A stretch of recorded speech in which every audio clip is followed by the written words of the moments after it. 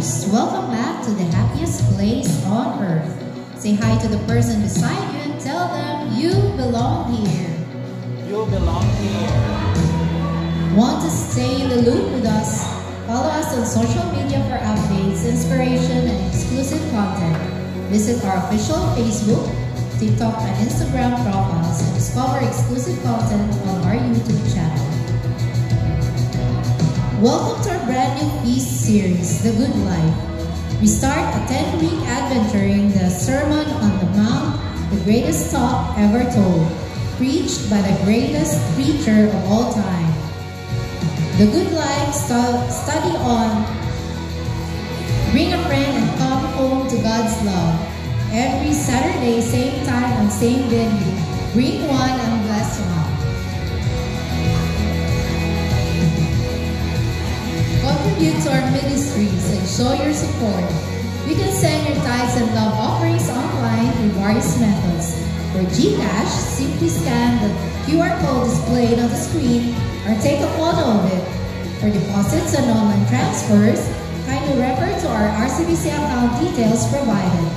Every donation, big or small, plays a vital role in spreading God's light and empowering our ministries.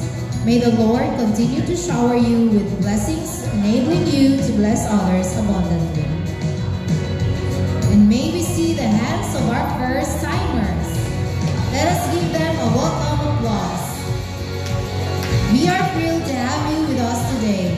As a token of our appreciation, please claim your special gift at the lobby after the service and look for Sis Cindy. We're excited to journey in faith together. Future activities and other announcements will be presented later during the feast. And now, let us all stand up as we feast worship. Good evening, brothers and sisters. Hello, everyone. Good evening. Buhay bang tanan tonight? Yes. Naman ang uban. We're so grateful kay ni show up gihapon mo tonight. Thank you for being here to join us sa ato ang feast. And we're so grateful that you are with us. Ang importante, ga-show up because the Lord always shows up to us every single day. Amen? So let's start to worship our Lord with our faith as we pray the Father, the Son, the Holy Spirit. Amen. Come on, let's give our breast to God tonight. Let's give our hands to Him.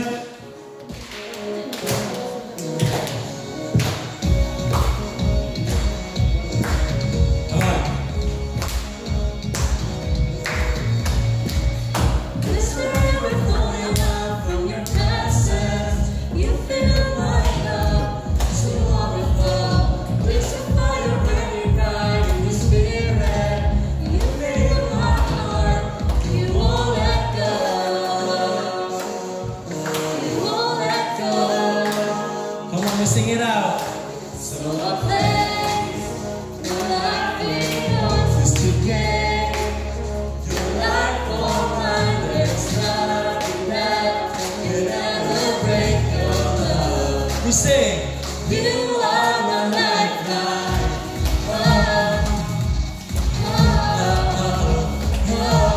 You are my lifeline.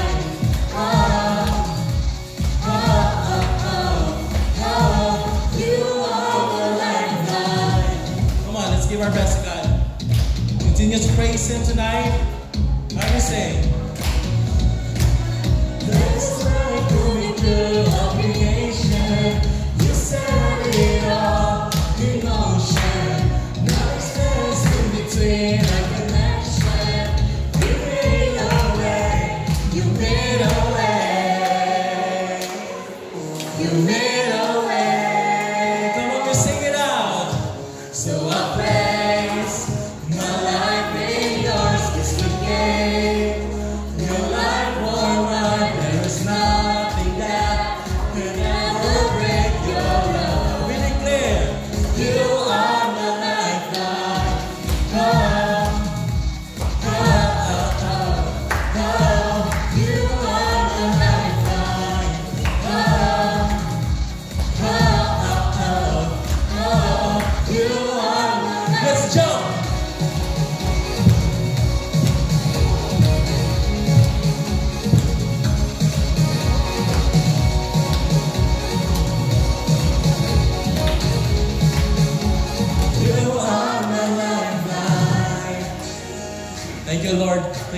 Jesus, for today.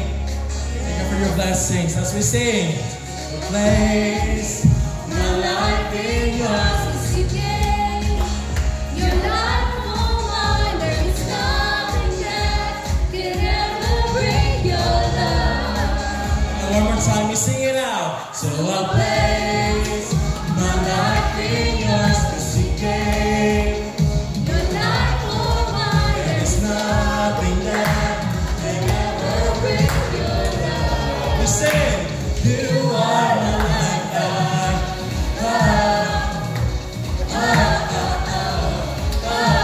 You are my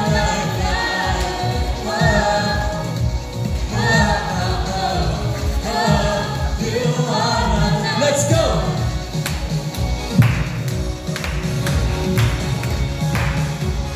You are my lifeline. We sing. You are my lifeline. Praise the Lord. Amen, amen. Please tell the person beside you, you are the light of the world. You are the light of the world. And you are the salt of the earth. Okay, amen. So, muna siya atong topic karon sa atong second installment sa atong series on the good life. But before that, can I ask you a question? Okay ra? Kinsa man diri ang niani sa feast para ma-motivate itaas ang kamot, no? Kana yung ginaabangan gid niya ang feast, no? Or usay topic na gusto mo ma-learn para ma-motivate ka. Di ba? Siguro that is your motivation why you are here sa feast, no? For motivation for the coming week. Okay? You know what, brothers and sisters, there's nothing wrong with that. No? But beyond motivation, brothers and sisters, today God is also inviting you to be moved by the feast. Everybody say moved. Moved. Gipaani ka din ni Lord for one purpose. That hopefully you will be moved. You will be moved that after the feast, you will be moved to forgive. You will be moved to be generous. You will be moved to serve. You will be moved to be honest. You will be moved to do your work with excellence. You will be moved to love more, to care more, and to be more patient. Because when we are moved, we don't just feel inspired, but we allow God to transform us. Amen? Amen. Wala pakita ng sa imong katapat, pakiinom sa imong katapat, pakitapik, kusga, ay na be moved. Be moved. Okay? Be moved. No? Si Marhel lisod kayo ni moved. Hoy, namo. Alright, so are you ready to be moved by the Holy Spirit, brothers and sisters? Yes. If yes, let us pray our favorite prayer, in the name of the Father, the Son, and the Holy Spirit. Amen. Together, let us declare, today I receive all of God's love for me. Today, I open myself to the unbounded, limitless, overflowing abundance of God's universe. To God's blessings, healing, and miracles. Today, I open myself to God's Word so that I will become more like Jesus every day. Today, I proclaim that I am God's beloved. I am God's servant. I am God's powerful champion. And because I am blessed, I am blessing the world. In Jesus' name, amen. Let us honor the Word of God, brothers and sisters.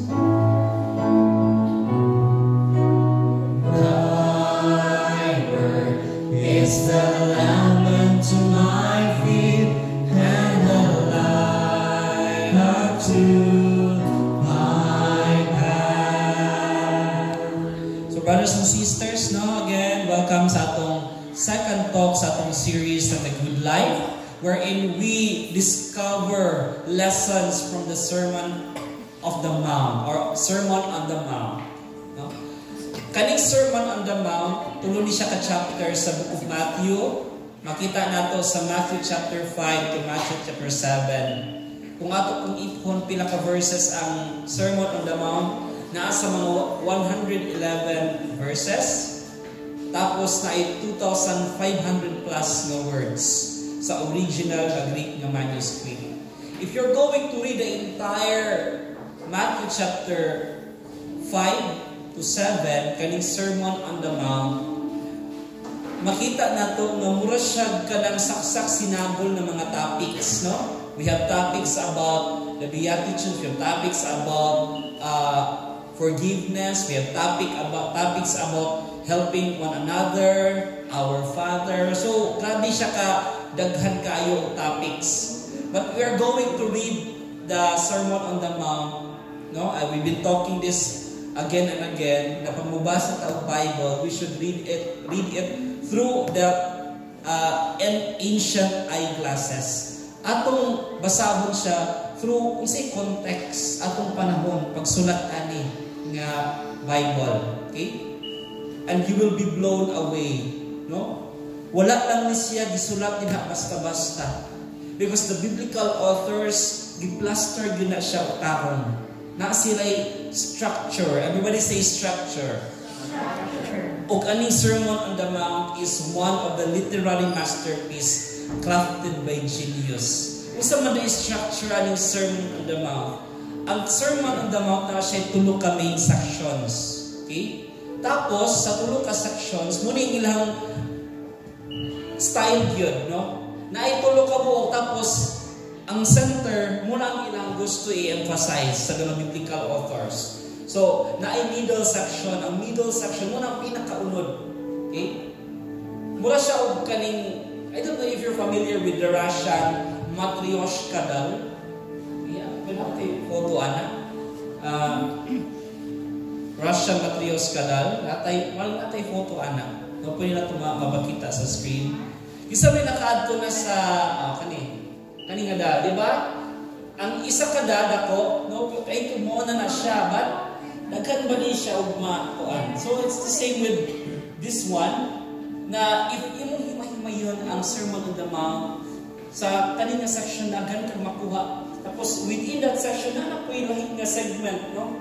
So ingon ana ang atong basahon karon nga gospel, Matthew chapter 5 to 7, the Sermon on the Mount. So naay structure, very important. Pinakatunga, pinaka-center. This is to emphasize the most important message. Ancient authors placed their message at the very center of their literary work. O unsa man ang pinaka-center sa Sermon on the Mount. Ang may idea sa pinaka-center?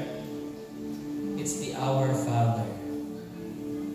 Ug mo ni ang gusto i-emphasize sa mga biblical authors. Muni ang gusto ng message nga i-convey sa inyo the Our Father. Diba? Let's read from Matthew chapter 6, 9 to 10. What is, diba? You pray it daily. No? Kampo na to ni mag-rosarita. Okay? Pag mag-pray ta before ta matulog. Our Father in heaven, hallowed be thy name. May your kingdom come. May your will be done on earth as it is in heaven. Muni ang unod sa Sermon on the Mount. No? Pero sa Our Father, napagid tayo mahimay, ana. Ang Our Father na inakapod ka parts. Our Father, it's all about God. Diba? Our Father in heaven, holy be your name, your kingdom. It's all about God, pointing God. Your kingdom, your will be done on earth as it is in heaven. Tapos sa second part, it's all about us. Give us this day our daily bread. Forgive us our sins as we forgive those who sin against us. More us. So first part, ang pinaka-centerpiece, anak. Pinaka-important, unod, anak. And what is the... Pwede ba natin i-flash ang Our Father dali? Biblical authors wants us to emphasize this. Kung saan pinaka-importante ng message sa Our Father. Kung saan pinakatunga? May your kingdom come. That is the reason why Jesus came sa kalibutan. Para dadpo niya ang kingdom din sa earth.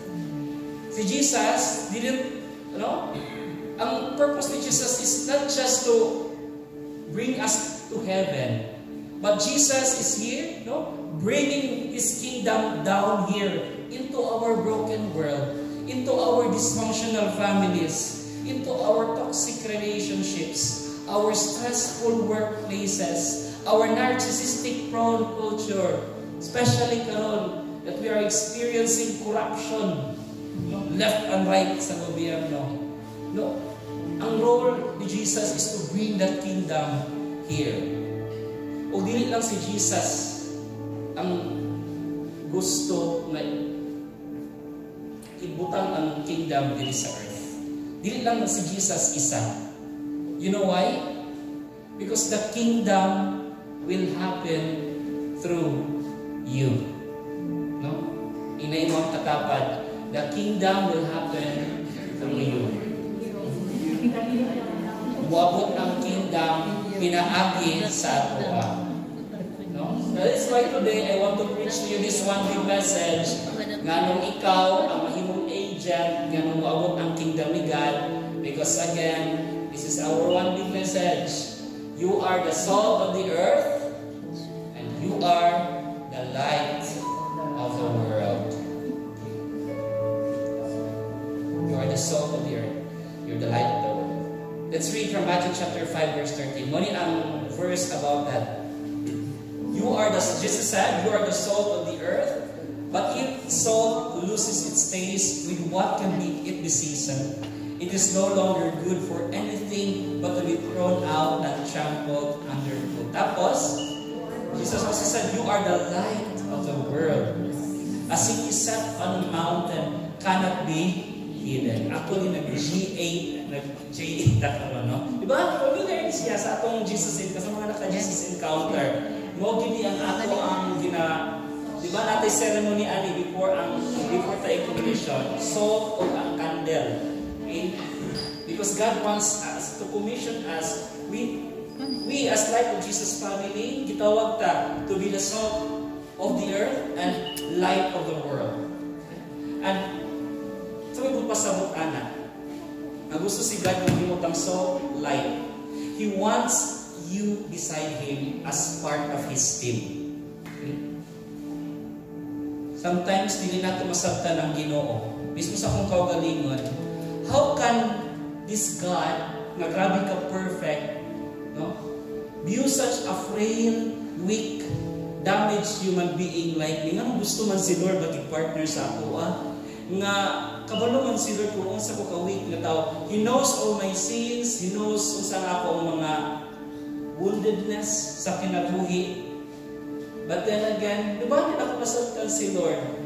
But sige mo ni Father kanina, dili na to masabtan yun si Lord. Dili na to mabutang si Lord sa itong una. Kay Diyos man siya. Di ba?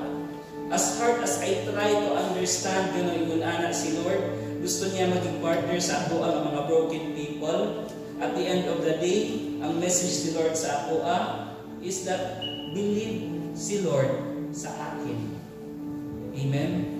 God believes in me. No? Pakiingon sa imong katapat, believe si Lord sa imo ha. Believe si Lord sa imo ha. Believe si Lord sa imo ha. So dear friend, He's giving you a very important job, that you are the salt of the earth and again the light of the world. Okay? So close your eyes, bow down your heads. As we ask the Lord to be with us, to inspire us, to speak to our hearts right now.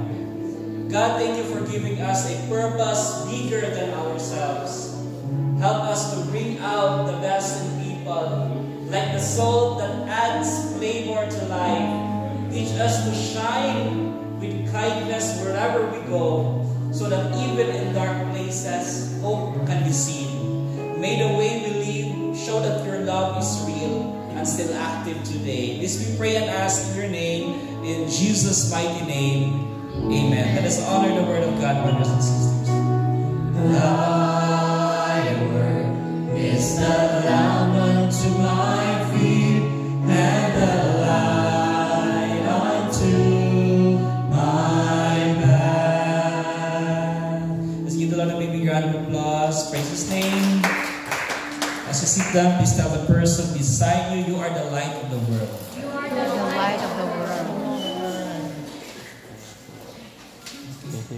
So kids, wala lang sa tay o some kids, no? Kay mura daghang tag mga nasakit karon nga mga servants. Siya yung nasakit, Ate Hazel nasakit. So let's just pray for them. Tapos sila Ate Veron, ilang mother na nasakit. So daghang tag kinahanglan i-pray, no? Everything, yung ulan-ulan pag yun. Nanang po din bagyo nga mo abot. So grabe, murag halos puro to naging siguro ang letters, no? Sa alphabet. Kinanagod to sa letter, umano to sa U. V na ta. Veron. Bagyong Veron. Okay. So again, brothers and sisters, talk number 3 sa atong series, The Good Life. No? Again, reflection nato ni sa Sermon on the Mount. So you are the light of the earth. So sa manino, di ba? Light as an analogy is just easy to understand. Ibabantayan ninyo ang mga kanta karon nagi light. Di ba? Sa may mga example sa anang kanta na ay light. Light of the world, of course, yung kanta na ito kanina. No? So may lain. Candle in the Light by Elton John. Sabi, ako kabuluan yung kanta. Candle in the Light. No? Sabi mga ka-batch ni Elton John dali. No? Or, I See the Light. Ano sa Disney bitaw nga, The Tangled. Diba? I See the Light. Ano sa akong kanta? Kaya marapagaw-pagaw pa ron. No? Tapos, You Light Up My World, You Light Up My Life by Debbie Boone. Okay? Ay, ko siya ate. Pwede ito kapakantahan tingin sa to. Okay, so nakatag mga kanta about light. But you know what? When Jesus used this word na light, no? Wala pa niya nag-exist na mga kanta. Okay? And instead, ang iyahang background, aning light, is from the prophet Isaiah. Kung sa managing ni prophet Isaiah, Arise, shine, for your light has come. No? The glory of the Lord has dawned upon you. Nations shall walk by your light, kings by the regions of your dawning. No? Grabe ka nice ng mga words. And this gives hope for Israel. But opposite ang nahitabo. Because in the Old Testament tells us that because of their rebellion, wala nang nahitabo ang light sa ilang life. No? Instead of being the light, they became part of our dark world, spreading darkness everywhere. Diba, kung sa mga time ni abot si Jesus, buntag gabi. Ha? Kadlawon? It was dark, diba? Dark, ngit-ngit, no? O ang interpretation sa ancient, pag-ngit-ngit gani, kanag yung dautan. Grabe ka, dark kaayo. Muna, dili lang literal ang pasabot nila, anak. So si Jesus, niabot gabi, ngit-ngit, pasabot, tunga-tunga sa darkness. Sa panahon nga grabe kagubot ang kalibutan, nitungha ang Ginoo. Diba? Do you experience that also sa inyong kinabuhi?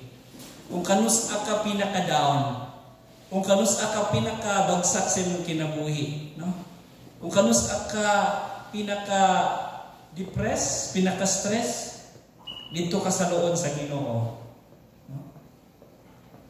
So, muna siya, brothers and sisters, Jesus says that He wants us, no, to take over this role, to fulfill the prophecy of Isaiah.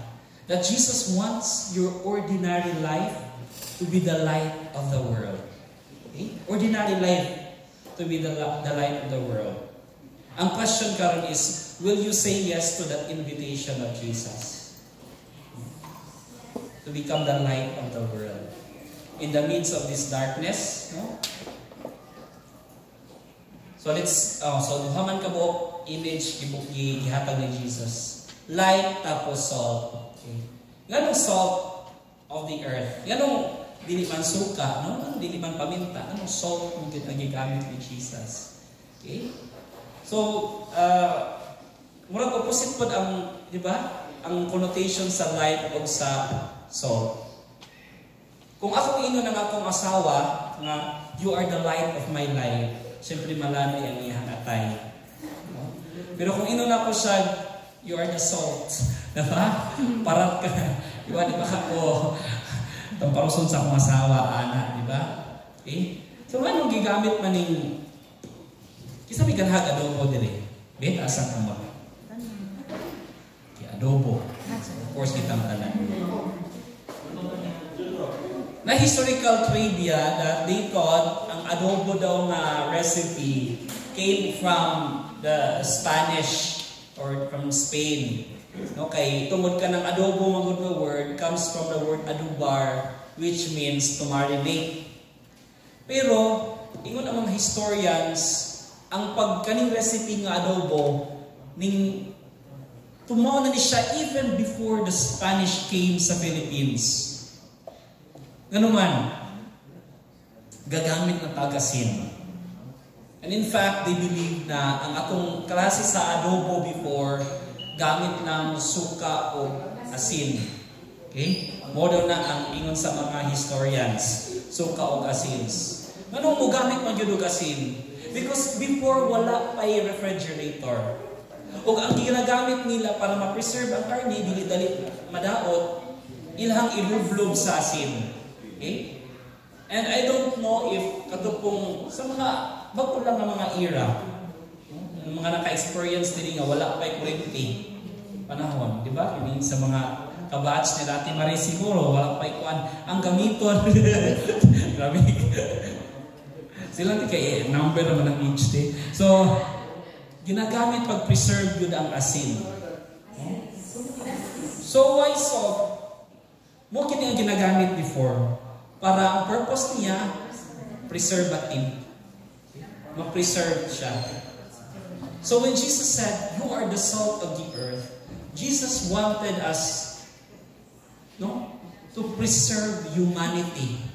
Asa man, from decaying to corruption, injustice, and violence. Mauna siya makita ang mahimong asin diha sa katilingban. Nga kung everybody is corrupt, kita dili na magpaka-corrupt.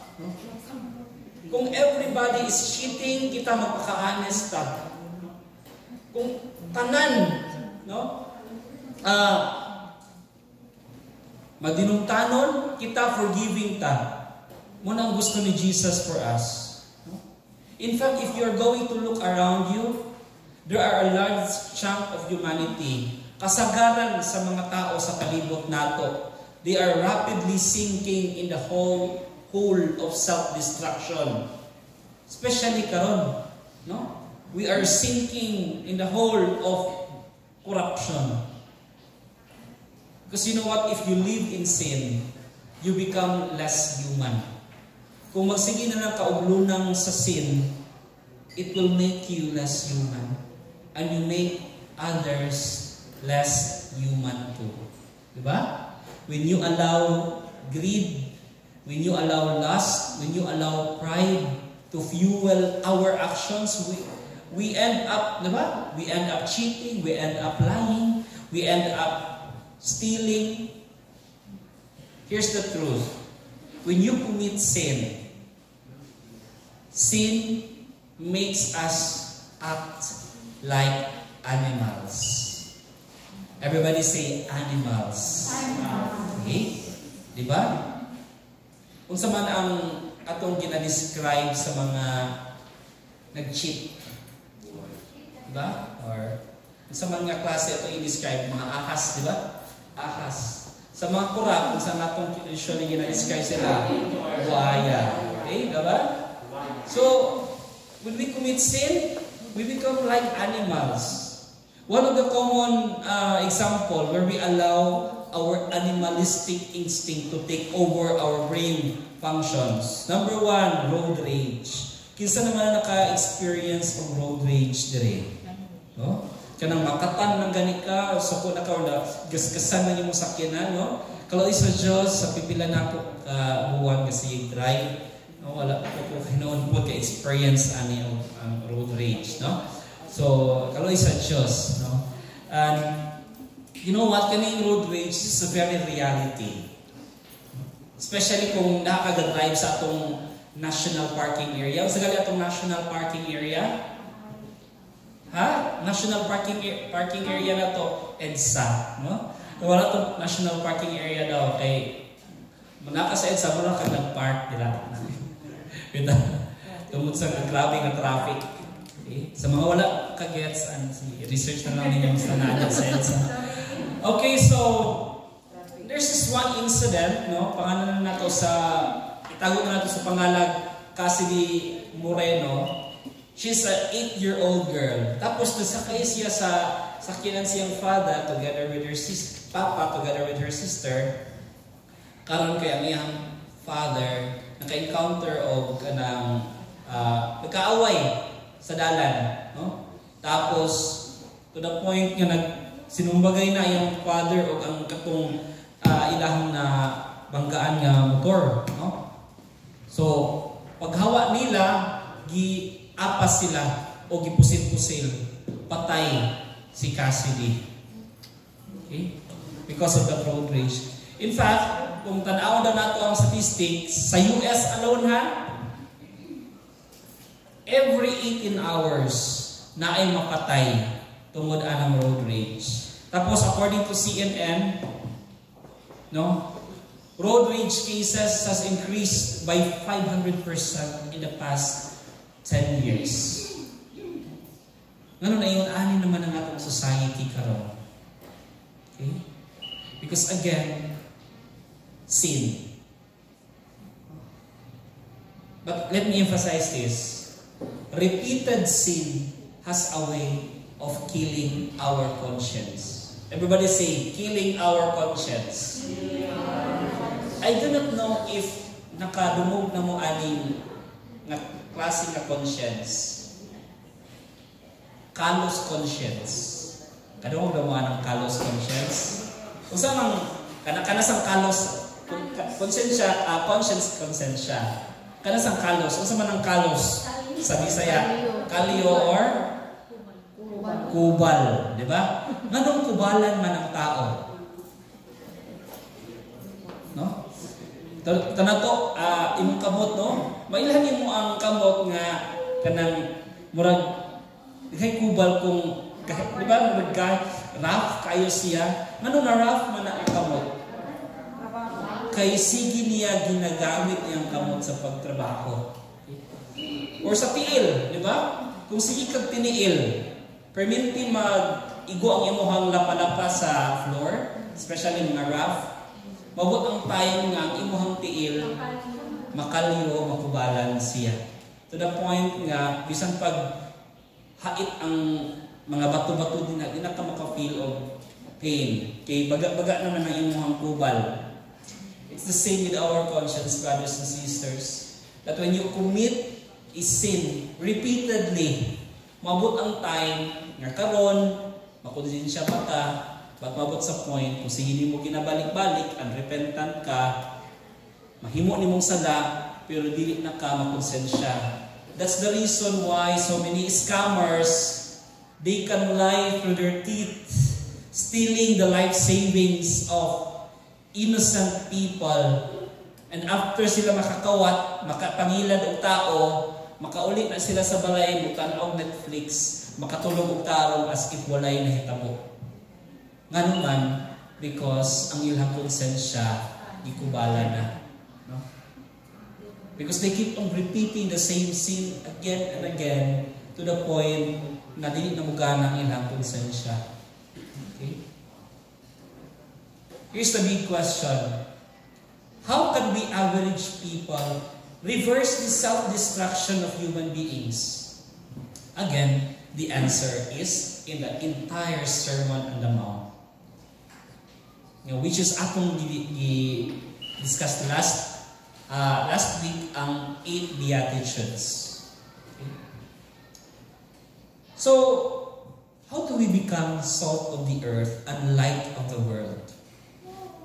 So, may mga pamaagi that we can become the salt of the earth and the light of the world. So, actually, Jesus says, don't just follow the law, but follow Him, no, which is the fulfillment of the law.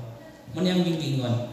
Do not think that I have come to abolish the law or the prophets. I have not come to abolish them, but to fulfill them. Here are 3 powerful examples Jesus gave in the sermon. Diba? The law says don't kill. Okay? One naman literal na law, ayaw pagpatay. But para kay Jesus, go deeper pa. No? Hindi ko naging na don't kill. But Jesus says, ayaw po patay through your words. Okay? Don't say anything na makapatay sa reputasyon kung sa imong isig katao. Okay? So pagpatay gyapon na, bisan pag wala dili physical death, but if through your words nakaguba ka sa kinabuhi sa uban, that is also another kind of killing. No? But the law says don't commit adultery. But Jesus says don't commit adultery. Sa thoughts palang daanin mo, ayaw na pag-commit og adultery. Okay? The law says love your friends and hate your enemies. But Jesus says love everyone, even your enemies. Higugmaa ang imong isig katao bisan ang imuhang mga kaaway. I don't know if you're very familiar with the story in the Bible wherein the rich man asked Jesus, how can I inherit eternal life? Diba? Ang sige tubag ni Jesus, you have to love the Lord with all your heart, with all your soul, with all your strength, and with all your might. And second is to love your neighbor as yourself. Then there ay follow-up question, who is my neighbor, Lord? Huh? Kinsa di ako neighbor, Jesus? Focusing on the second na commandment. Na, di ba, giduhagi, samari sa ni Jesus. Second commandment, kinsa man di akong neighbor, Lord? Kiniingon man ka love your neighbor as yourself. Unsagi tubag ni Jesus, the parable of the Good Samaritan. Ang nahitabo sa Good Samaritan ay na gitulis, no? Bandido, gibugbog siya, hapit na kamatyonon. Niagi ang pari, nigato sa pikas. Okay? Wala gitabangan. Na ay Hudiyo, nakita niya dito ang dugoan ng kuan, pero nilikay di hapon. But here comes a Samaritan person. No? Samaritan. Iyang gitabangan ang katumaong kuan. Gihunaran ang mga samad, tapos gidala niya sa balay tambalanan, tapos siya ang nagbayad tanan. Okay? Unsay message ni Jesus? Ana, who is my neighbor? The Samaritan man, katong gitawag na tog the Good Samaritan, is kaaway na sa mga Jews. But pasabot, ang meaning ni Jesus, pagpasabot sa ato, kinsa imong neighbor, ang neighbor nimo, dili lang katong imong mga amigo, but pati ang imuhang mga kaaway. That is why we have to love our neighbor, dili lang ato mga friends, but pati dayang ato ang mga kaaway. No? Lisod kaayo ang ginimang ni Jesus. But that is how we become the salt of the earth and the light of the world. Loving your neighbor is actually the ultimate antidote for a decaying world. No? Kung love din mong neighbor, di ka murap dira. No? Himo ni mong tanan nga sakto ang mga projects, sakto ang mga flood control na to, example lang. No?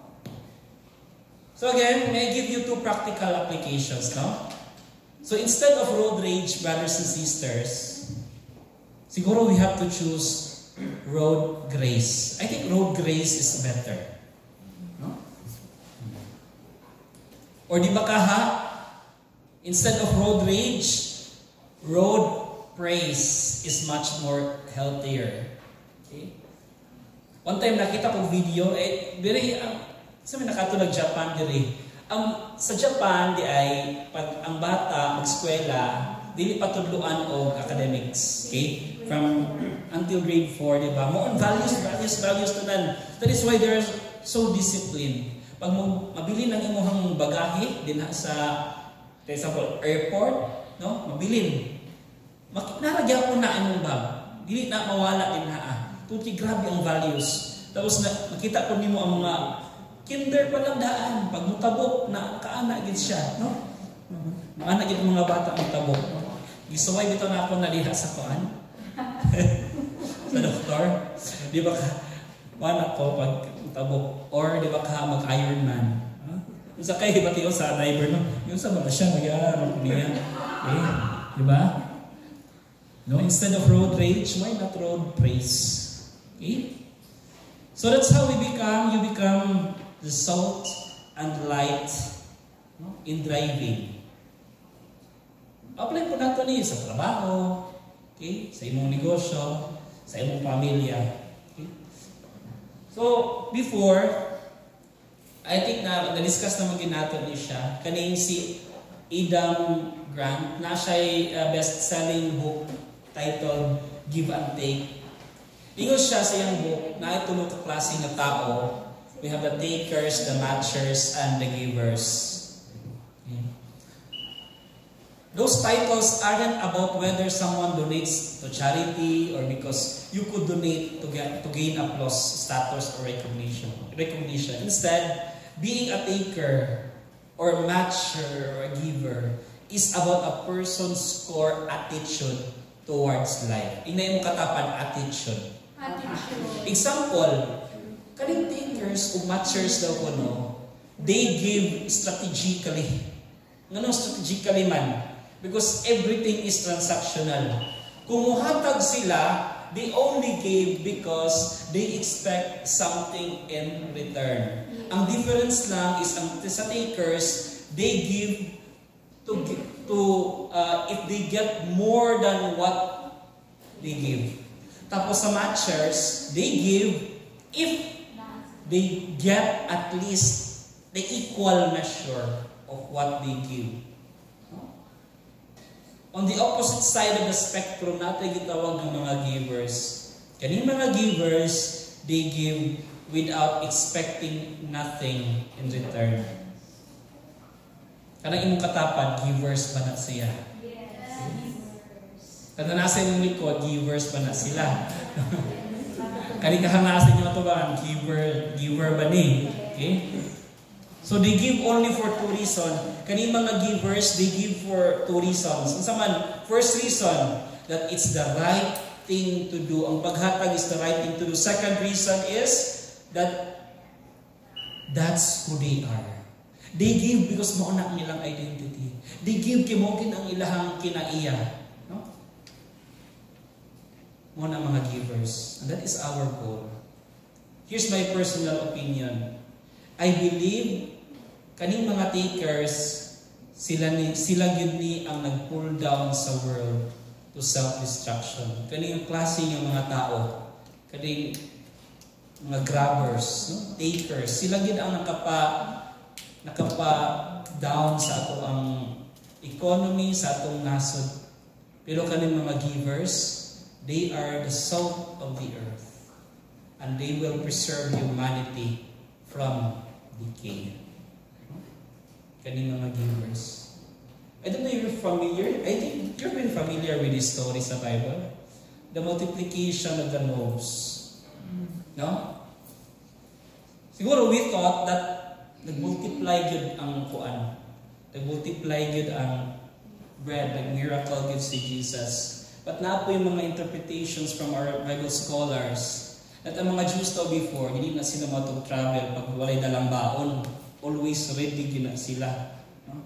And here comes the child. Kung ito itong bata, i-offer niya ang iyahang 5 loaves, 2 fishes. Kay baon to niya. When he started offering his baon to Jesus, 5 loaves, 2 fishes, siguro ang tanang niya na dito na wow. No?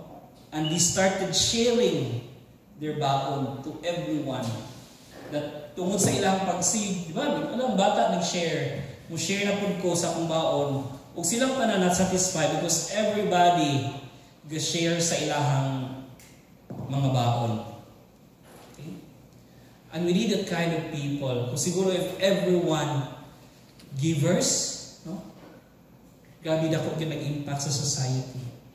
And ultimately, kaning mga givers trust God for their reward.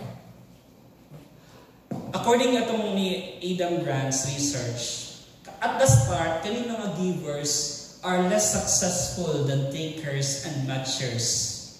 But in the end, givers succeed more than everyone else. Pag sugod, hindi pa kaayo. No? But in the long run, mas successful ang mga givers kaysa sa takers. Ganun man. Because takers win sprints, but givers win marathons. And life is not just a sprint. Life is a marathon. That is why these people, mga givers, they win in life. In your home, sa inyong balay, are you a taker, a matcher, or a giver? And how do we know if you are salt and light in your marriage? Okay? You ask yourself, sa inyong marriage, in your home, are you a taker, matcher, or giver? If both partners are takers, the marriage will have frequent power struggles, blame games, lack of empathy. Sadly, there's a high chance that this marriage will fail. Sa mga nasa taker ka. Okay? In fact, I was reading this book about the theology of the body. And one time, a priest interviewed a couple, nag-struggle silang marriage. Then, one time, ang bana told the priest, Father, wala ko na-satisfy sa mong marriage. It's because ang akong asawa is not good in bed. And you know what? The priest, replied to the husband that kung sa magiging purpose, what is love for you? No? Diba? Love is expecting or doing unsay good sa bikas nimo. So for this husband is a taker. Why? Because he is only concerned sa iyang sexual urges. He is only concerned kung usaon mas satisfy ang akong mga kailigon ako, no ba? If you are like that, brothers and sisters, the marriage will really fail. But if both partners are matchers, there will be stability in the relationship, but it may lack depth and joy because love is conditional and calculated. Kung matcher ka, kay dapat kung simong hata, dapat mo po na kung na-condition. So, steady siya, pero in the long run, hindi siya mo succeed. But if one partner is a taker and the other is a matcher, the marriage will be marked by constant negotiations and constant frustrations. Tapos, if ang isa ka partner taker and the other is giver, the taker may thrive, but the giver may one day burn out, feel resentful, and experience emotional fatigue. But if both partners are givers, they will serve each other's needs with joy without keeping score. They enjoy intimacy and deep trust. Conflicts still happen, but they resolve it with empathy. Our big goal, brothers and sisters, is to be a giver. Yes or yes? Yes. Okay. Can I ask everyone to please stand?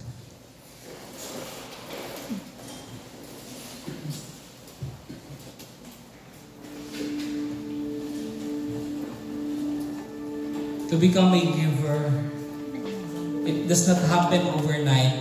No? We ask the Lord today, siguro we pray, Lord, make me a giver.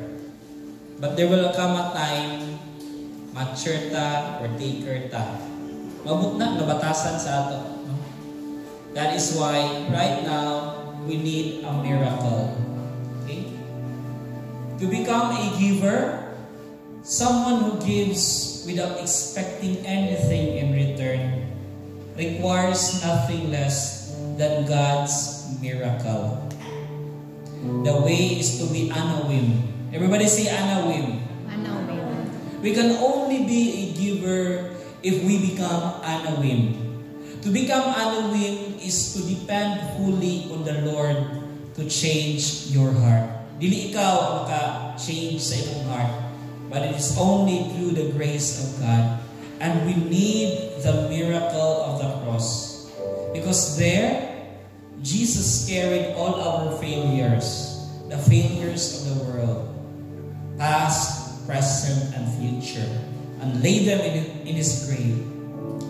So unless Jesus transforms us, we cannot truly be the salt of the earth or the light of the world. That is why today in our worship, I invite you once again, be Anawim. Trust in the Lord. Trust that the Lord will provide for you. Trust that the Lord will transform you. Gabi ka na isang humili ni Father kanina. Why do we trust the Lord? Why we are so hopeful for the Lord? Because we know that the Lord will not cheat on us. We know na si Lord hindi tayo lolokohin. Diba? Ni Father kanais kayo. That is why we are so hopeful. Ano sa man sa itong history? Nagigara-garaan ka sa Ginoo. Diba wala? Never sa atong existence magibinuangan ka sa Ginoo.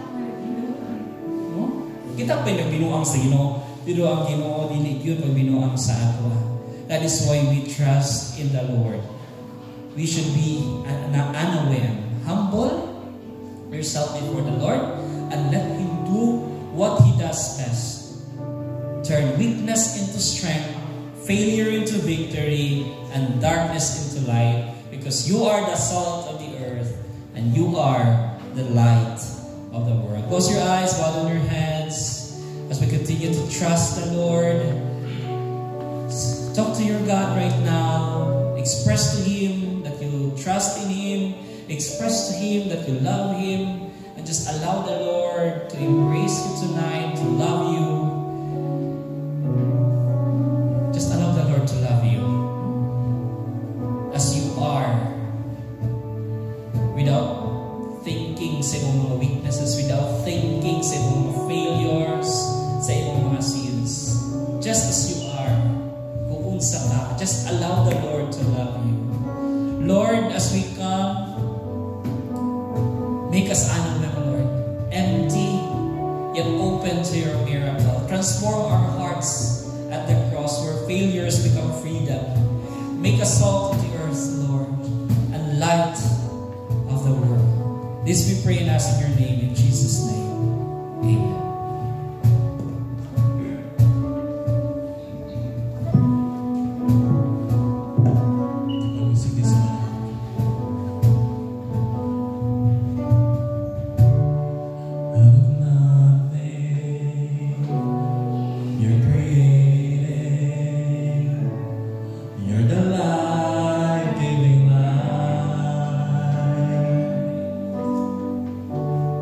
When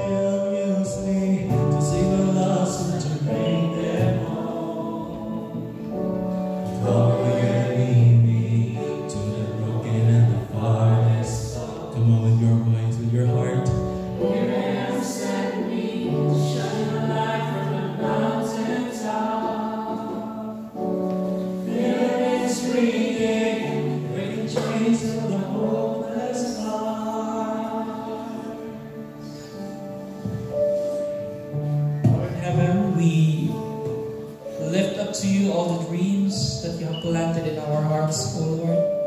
We lift up to you, Lord God, especially those dreams, O Lord, na wala pa nakita po sa aming life. And we continue to trust in you, O Lord, that you will provide, you will open the opportunities for us, O Lord God, so that we can reach those dreams, O Lord God.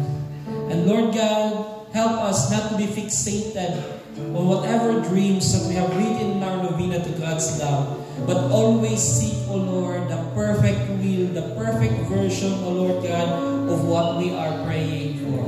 And this we pray and declare with a trusting heart in your name, in Jesus' mighty name. Amen.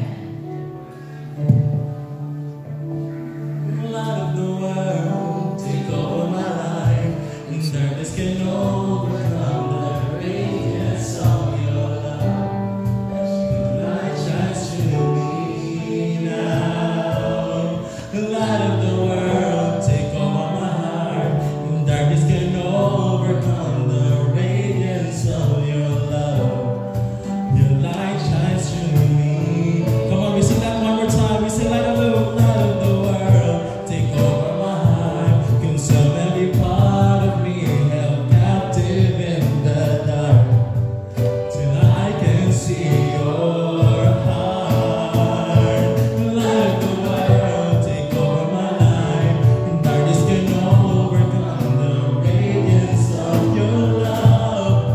Your light shines through me now. Here I am, use me to save the lost soul, to bring them home. Come and lead me to the broken and the partner souls. Here I am, send me to shine a light from the mountain top. Freedom is ringing, bringing tears of the hopeless heart. Here I am, use me to sing a lost soul, to bring them home. Come and lead me to the broken and the farthest souls. Here I am, send me to shine a light from the mountain top. Freedom is ringing, with the chains of the hopeless heart. Come on, with your voice. Light of the world, take over my life. Soon every part of me held captive in the dark, till I can see your heart. Light of the world, take over my life, and darkness can overcome the radiance of your love. Light shines through me now. Light of the world, take over my life, 'cause of every part of me held captive in the dark, till I can see your heart. Light of the world, take over my life, and darkness can overcome the radiance of your love. Your light shines through me now. Come on, let's give glory to our God tonight. Thank you, Lord, our light of the world. Amen and amen. So let's be seated for a while and let's have our 15-minute group sharing. Okay, so same groupings for the youth, singles, couples, and our solo women. Okay, so you may now proceed to your groupings.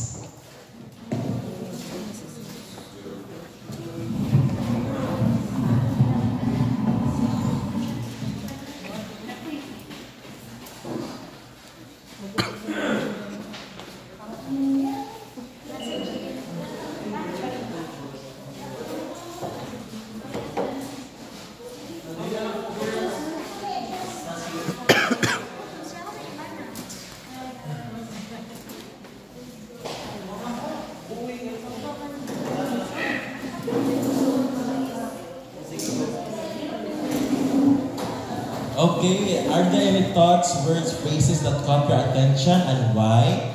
And can you share your experience if you have been one or more of the three kinds of people in the world?